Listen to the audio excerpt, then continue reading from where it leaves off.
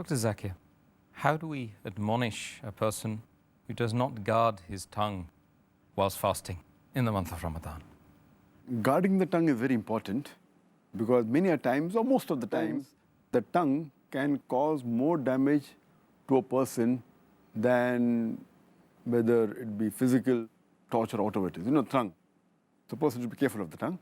And our beloved Prophet Muhammad said, and there are various Sahih Hadith dealing with this topic. If you read the Hadith of Musanaf Ibn Abi Shaibah, volume number 5, in the book of Manners, Hadith number 26490, Ibn Masood, may Allah be pleased with him, he says that by Allah, there is nothing more deserving than the extended control of the tongue.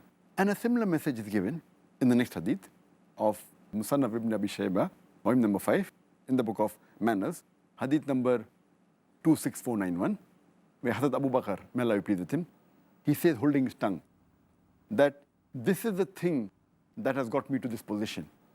That means he was careful of his tongue. That is the reason he reached this position. And there are many verses in the Quran where Allah says in Surah Qaf, chapter number 50, verse number 18, that not a word that you say which is not written by a sentinel without noting it down. That means every word that you say is being written down by an angel. Further, it's mentioned in the Quran, in Surah Isra, chapter number 17, verse number 53. Allah says that say to the believers that they should say things which are best. And Satan, many a time, he sows discord amongst the people, amongst the human beings. And Satan to you is an avowed enemy. So Allah says and guides us in the Quran that you be careful when you use your tongue. And our beloved Prophet Muhammad said, this hadith mentioned in Sahih Bukhari, volume number 8, hadith number 6484, where a beloved Prophet Muhammad said that a Muslim to another Muslim, he should not harm him by his tongue or his hands. That a Muslim is a person who does not harm the other Muslim by his hand or by his tongue.